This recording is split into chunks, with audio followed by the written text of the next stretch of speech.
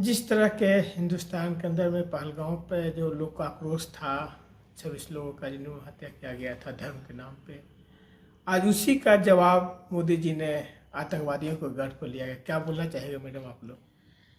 मैं तो कहूँगी कि चलो थोड़ा हम लोग को इंतज़ार करना पड़ा, संयम रखनी पड़ी, लेकिन hats off to Modi ji और हमारी सेना को मैं बहुत बहुत धन्यवाद देना चाहूँगी, जिन्होंने एक एक खून के कतरे का बदला लिया और उन आतंकवादियों की रीढ़ की हड्डी तोड़ दी।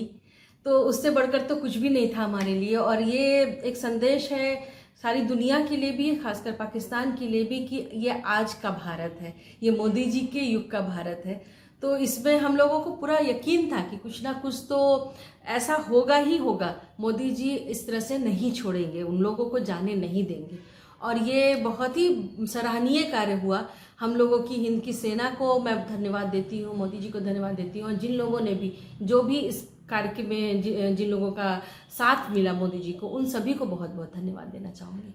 जिस तरह से लोगों में आज मिठाइयाँ बांटा जा रहा है, सेना को धन्यवाद दिया जा रहा है, तो क्या मतलब कि इससे आप लोग संतुष्ट हैं कि और भी कुछ करने की जरूरत है? अभी तक जो कार्रवाई हुई उससे संतुष्ट तो हम नहीं बोलेंगे कि है, क्योंकि जब तक समूल नाश नहीं होगा वो फितरत तो वही रहेगी। आज कहीं एक उन लोगों ने बेस को मतलब आतंकवादी बेस को उन्होंने नेस्तु नाबूद कर दिया, धराशायी कर दिया। कल को कुकुरमत्ते की छत्ती की तरह वो कहीं और भी निकलेंगे। लेकिन अभी तक जो भी हुआ है वो भी पहले कभी नहीं हुआ था। तो उसके लिए भी हम हमारी सेना को बहुत बहुत धन्यवाद भी देते हैं। और सच में हम लोगों को बहुत गर्व है, क्योंकि हम लोगों को आज का ये क्षण देखने को मिला। जिस तरह से कंधार की घटना हुआ था, जिस तरह से हम लोग का जो 2000 के आसपास जो जी और फ्लाइट हम लोग का हाँ, जो हाईजैक हुआ था, उसका पूरा आज उस आतंकवादी का पूरा जो परिवार खत्म हो गया। क्या बोलना चाहिए इसके लिए? जैसा कर्म करेगा वैसा फल देगा भगवान, वही है कि गीता का हमारा श्लोक है कि जो इंसान जैसा कर्म करता है उसको वही फल मिलता है। उस दिन उसने रहम नहीं किया, कई लोगों को उस दिन भी जाना पड़ा, और उसको छुड़ाने के लिए कई लोगों की जानें गंवानी पड़ी। हम लोग हमारे उसका बदला, उसकी वजह से कई एक आतंकवादी हमले बाद में भी हुए हमारे देश पर, क्योंकि वो एक बंदा जिंदा रहा। लेकिन आज वो तो भी कह रहा अपना परिवार को गंवाने के बाद भी कि सबको जन्नत अब मिला उसको उस दर्द का एहसास हो रहा है, जो दर्द हम लोगों ने झेला है कई सालों।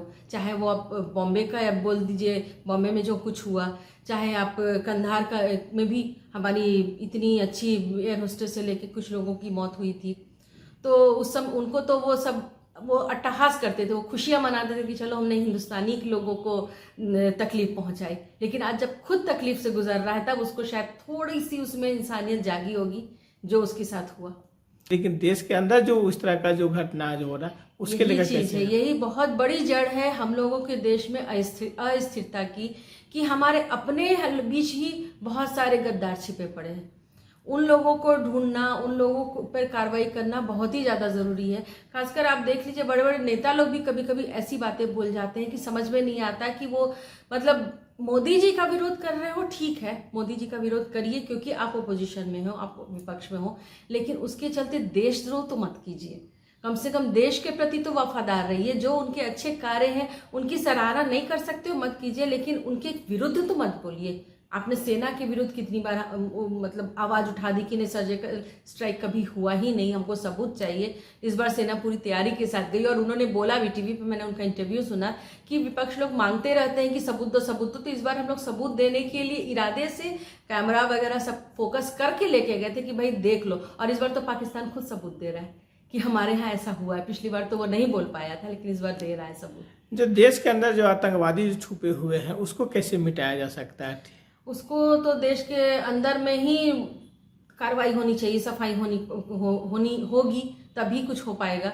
बाहर के लोगों, बाहर तो सामने खड़े हैं वो लोग, दुश्मन हम लोग को दिख रहे हैं, लेकिन अंदर जो छिपे हुए गद्दार हैं, हमारी इंटेलिजेंस ब्यूरो पे हमें बहुत पूरा भरोसा है कि वो लोग ये काम बखूबी कर रहे होंगे। हो सकता है हमें पता नहीं, कईयों का सफाया भी हो चुका होगा। विदेशों में भी हमने सुना है कि अचानक से किसी को गोली में लग जाती है या कुछ होता है, तो वो चीज देश में भी शायद हो रहा होगा। वो सफाई मोदी जी लोग बहुत सुलझे हुए लोग हैं और बहुत समझदार हैं वो लोग। हमारा जो केंद्रीय नेतृत्व है उस पर हमें पूरा भरोसा है कि जैसे बाहर की सफाई कर रही है वहाँ वैसे ही अंदर की भी सफाई होगी और हमारा देश खुशहाल और शांतिपूर्ण रहेगा। देशवासियों को क्या बोलना चाहिएगा? सभी देशवासियों को और हिंदू समाज को भी मैं यही कहूंगी कि हम लोग के लिए ये बहुत गौरव का क्षण है।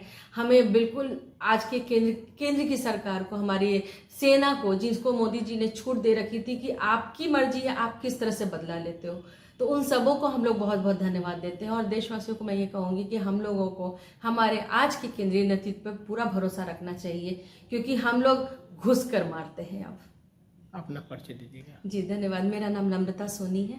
मैं समाज सेविका हूँ और कई तरह के संगठनों से भी मैं जुड़ी हुई हूँ।